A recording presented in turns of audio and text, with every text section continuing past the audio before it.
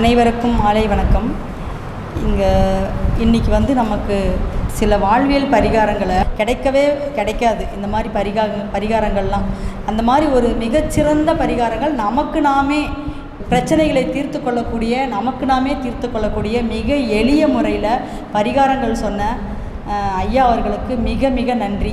மிக வியக்கத்தக்க அளவில் ஒருத்தர் கூட நகராமல் உண்மையிலேயே சொல்லப்போனால் இது இன்னும் நைட்டு வரைக்கும் உட்காந்தா கூட கேட்டுகிட்டே இருக்கலாம்.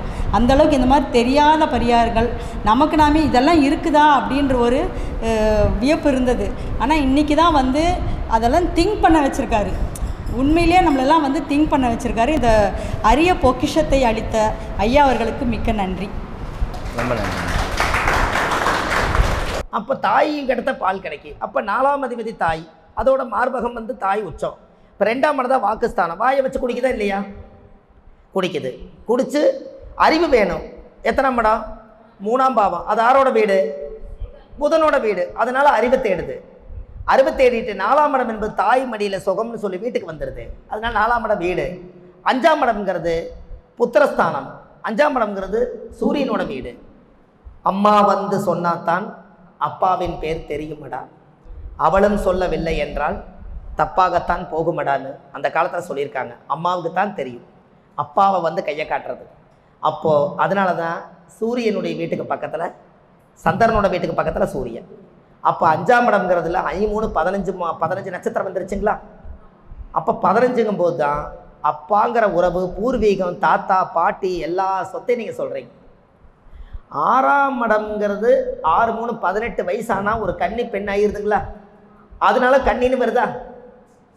6ஆம் இடம்ங்கிறது கன்னி. நோய்க்கு உண்டானது எத்தனாம் இடம்? 6ஆம் பாவம். மரணத்துக்கு உண்டானது எத்தனாம் இடம்? மரணத்துக்கு உண்டானது எத்தனாம் இடங்க? 8.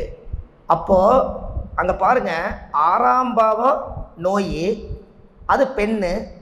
8ஆம் பாவம் மரணம். ஒருவருக்கு ஒருத்தியாக வாழணும். ஏமாந்து பல பக்கம் வாழ்ந்தால் நோய் வந்துடும். நோய் வந்தால் மரணத்துக்கு போயிடுவேன். அதனால துலாம்ங்கிறது நீதியாக வாழணுங்கிறதுக்காக துலாத்தை வச்சுக்கிறாங்க. அப்படி 6 8க்கு நடுவில் தான் 7ஆம் படம். அப்போ 7ஆம் படம் தான் அங்கீகார உறவு. 6ஆம் படம் தான் நோய். கன்னிங்கிறது ஒரு பெண்ணுகிட்டேருந்து ஒரு நோய் உற்பத்தி ஆகி வாங்கி வந்தால் மரணம் உனக்கு உறுதின்னு சொல்லுது. இந்த 2க்கும் தப்பிச்சு உண்மையாக அங்கீகாரத்தோட ஒரு மனைவி கட்ட பாலன்னு சொல்றதுக்காகத்தான் காலச்சக்கரத்துக்கு 7ஆம் இடம் துலாம்ங்கிற தெராசை கொண்டு போய் துலா தெராசை வச்சுக்கிறாங்க. ஏன்னா எல்லாரும் வாழணும். ஆனால் எப்படி வாழணுங்கிற ஒரு உதாரணத்தை சொன்னேன், வேறெல்லாம் ஒன்றும் இல்லை. அப்போ துலாம்ங்கிறது நல்லா யோசிச்சு பாருங்க. அப்போ துலாம்ங்கிறது தாம்பத்தியம்ங்கிறது எங்கே எடுத்தீங்க? உங்கள் லக்கணத்துக்கு 7ஆம் இடம் தாம்பத்தியம் எடுத்தீங்க. ஆனால் காலபுருஷத்துக்கு 7ஆம் இடம் தாம்பத்தியம் இருந்தால், சார் தாம்பத்தியம்னு சொல்கிறேனே உங்களுக்கு தப்பாக தெரியுது. தாம்பத்தியம்னா என்னன்னு தெரியுமா உங்களுக்கு? தான் பத்தியமாக இருந்து வாழ்க்கையை ஆரம்பிச்சுக்கிறதுனால தாம்பத்தியம்.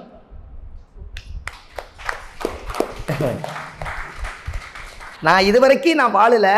தான் பத்தியமாக நான் கன்னிப்பையனாக இருந்து ஒரு கன்னிப்பெண்ணை அங்கீகாரம் பண்ணி என்கிட்ட கொடுத்து நான் கன்னிப்பெண்ணை கல்யாணம் பண்ணி நான் உண்மையாக வாழ்வதற்காக நான் தான் பத்தியமாக இருந்து எனக்கு வாழ்க்கை கிடைச்சதுனால 7ஆம் பாவ தாம்பத்திய வாழ்க்கை. ஐயா இதெல்லாம் நீங்க கேட்டிருக்கீங்களா? என்னங்க ஐயா? ஐயாவோட வயசுக்கு கேட்குறாங்க பாருங்க.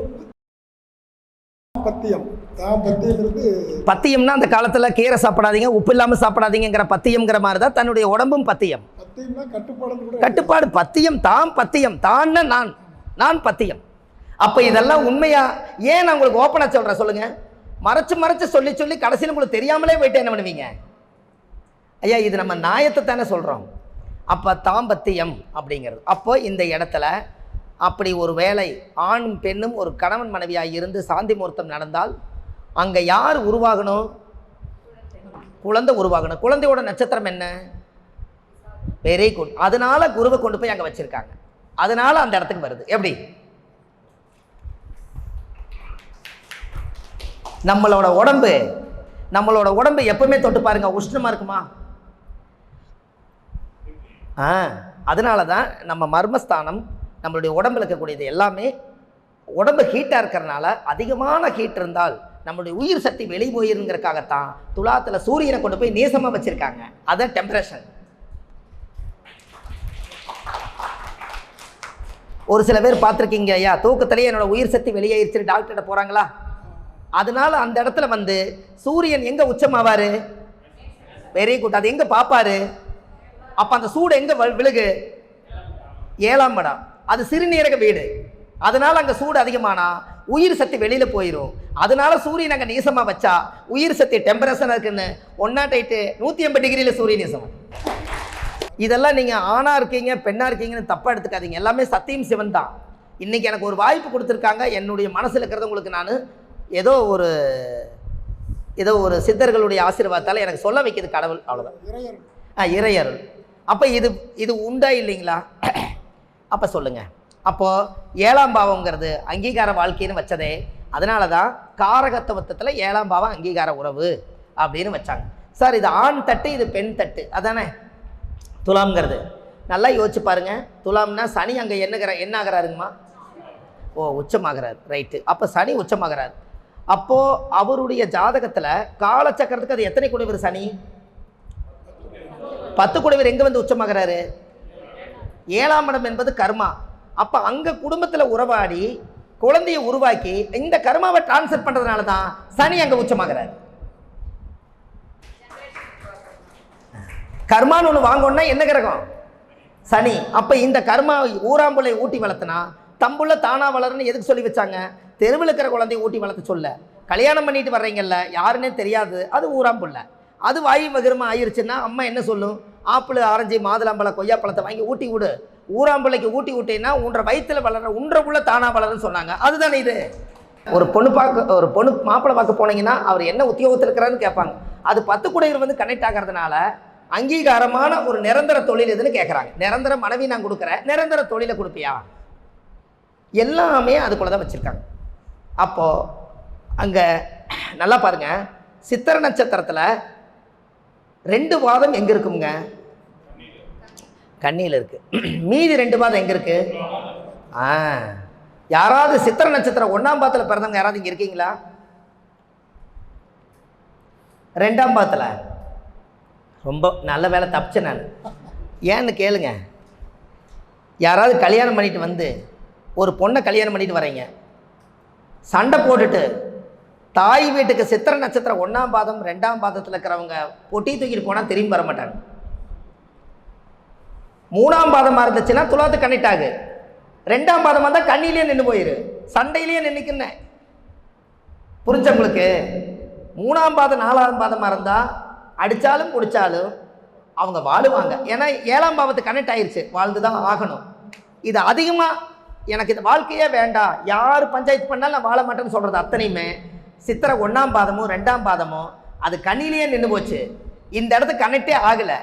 அதனால தான் அவங்கள கல்யாணம் பண்ணி கொடுக்கும்போதே நீங்கள் சாமி புருஷன் அடித்தாலும் பிடிச்சாலும் எக்காரத்து கொண்டு போட்டி தூக்கிட்டு வீட்டுக்கு வந்துடாதுன்னு சொல்லி கல்யாணம் பண்ணி கொடுப்போம். பார்த்து அந்த சித்திரை நட்சத்திரத்தில் 2ஆம் பாதத்தில் இருக்கிறவங்க இரட்டை தன்மையாக இருக்கக்கூடிய புதன் இருப்பதனால அவங்களுக்கு அந்த தோஷம் அடைஞ்சதுனால அவங்களுக்கு கல்யாணம் பண்ணி 1 வருஷம் 2 வருஷத்துக்கு அப்புறம் மறுபடியும் அவங்களவே இருதாரம் அதே மாப்பிள்ளைக்கு அதே பொண்ணை 2 தடவை கல்யாணம் பண்ணுங்க, அந்த தோஷம் அடிபட்டு போயிடும்.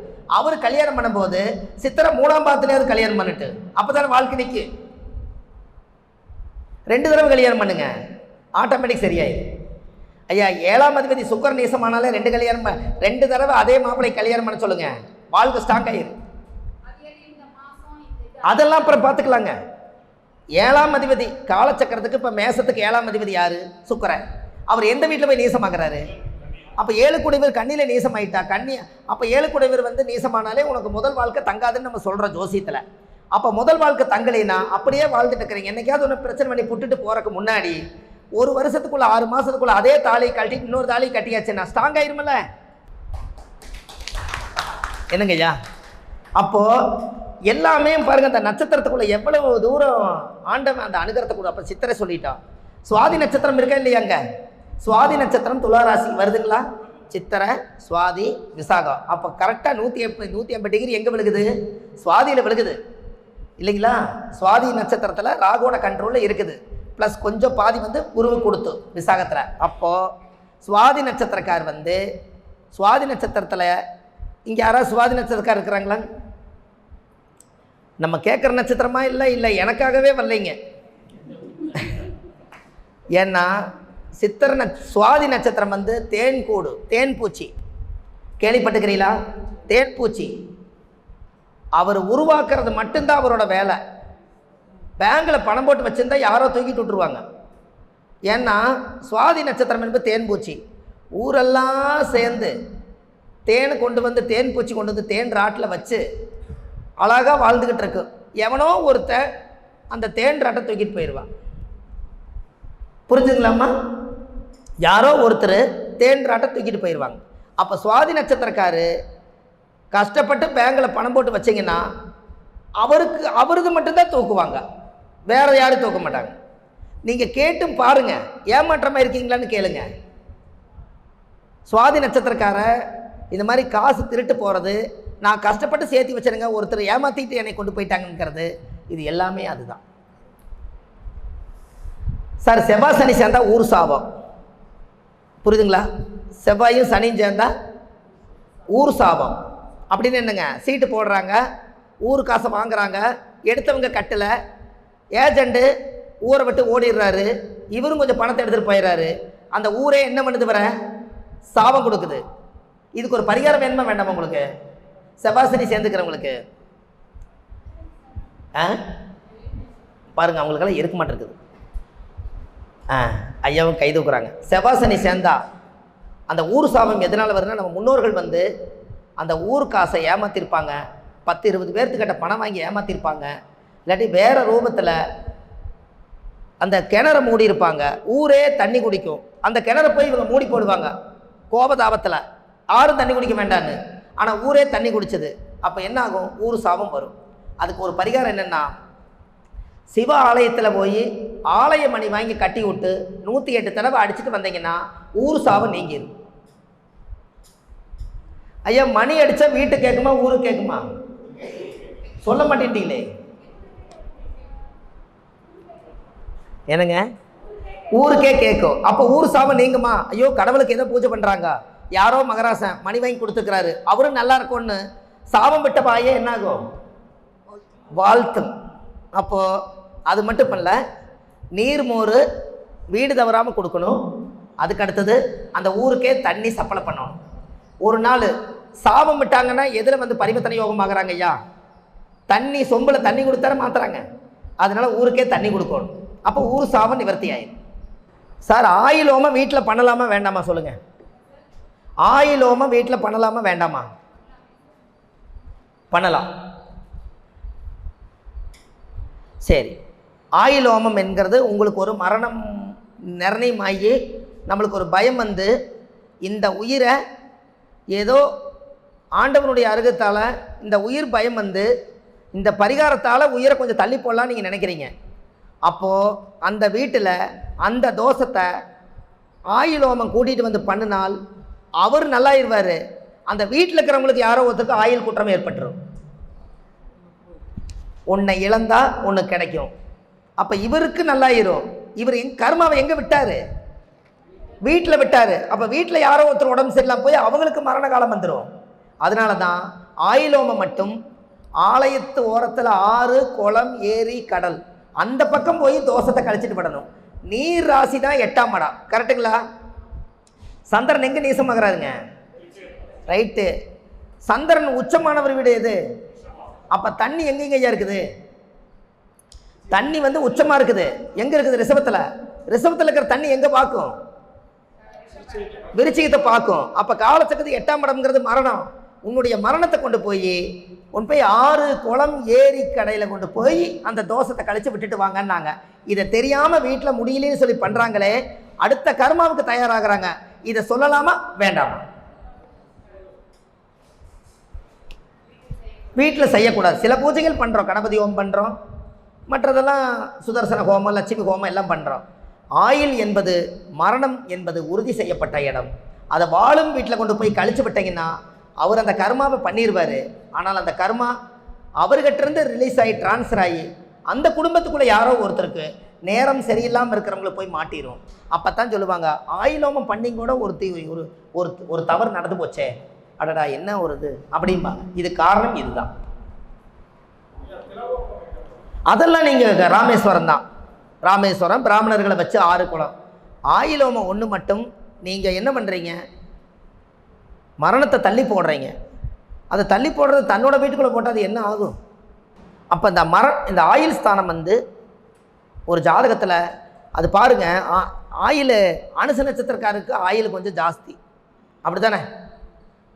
அனுச நட்சத்திரக்காருக்கு ஆயில் கொஞ்சம் ஜாஸ்தி. அந்த அனுச நட்சத்திரத்துக்கு ஆயில் ஜாஸ்தின்னு அதை ஏன் வச்சாங்கன்னு சொல்லுங்களேன் பார்க்கலாம். என்னங்கய்யா? Very good. சனியோட நட்சத்திரம். சரி. அனுசம் வந்து பனை மரம் அதானே? அனுச பனையோலை தானேங்க? சரி. அந்த பனையோலை வந்து ராமேஸ்வரம் நீங்கள் திருச்செந்தூர் பக்கமெல்லாம் போனீங்கன்னா நம்ம தென்னந்தோப்பு மாதிரி பனைமரம் மட்டுமே தோப்பு மாதிரி இருக்கும். அது எதுக்கு வச்சுக்கிறாங்கன்னா, சூறாவளி காற்று அடிச்சதுன்னா கிராமத்தவே அழிச்சு போடும். அந்த பனையோலையில் ஊசியாக ஈக்கியாக இருக்குது பார்த்தீங்களா, அது எல்லாம் அந்த சூறாவளி காற்று போய் கண்ணுக்கு தெரியாமல் இருக்கிற காற்று போய் அந்த பனைமரத்தோப்பில் போய் பட்டுச்சுன்னா அந்த பனைமரம் தாங்கி அந்த ஓலையில் போய் காற்றெல்லாம் பிரிஞ்சு சூறாவளி காற்று அங்கேயே ஸ்டாப் ஆயிடும். அப்போ உயிரை காப்பாற்றி வைக்கிது பனைமரம். அதனால் ஆயில் வந்து அதிகமாங்கிறத அனுச நட்சத்திரம் தான் பனைமரம். அதனால் பனை 1000 பறவை 1000, பனைமரம் 1000 வருஷம் உயிர் வாழுமா. அதனால் அனுச நட்சத்திரம்ங்கிற சனிக்கு கொண்டு போய் இந்த உயிர் சக்தியை கொண்டு போய் அதில் வச்சுருக்காங்க. அதனால் அனுசத்துக்கு ஆயில் ஜாஸ்தி.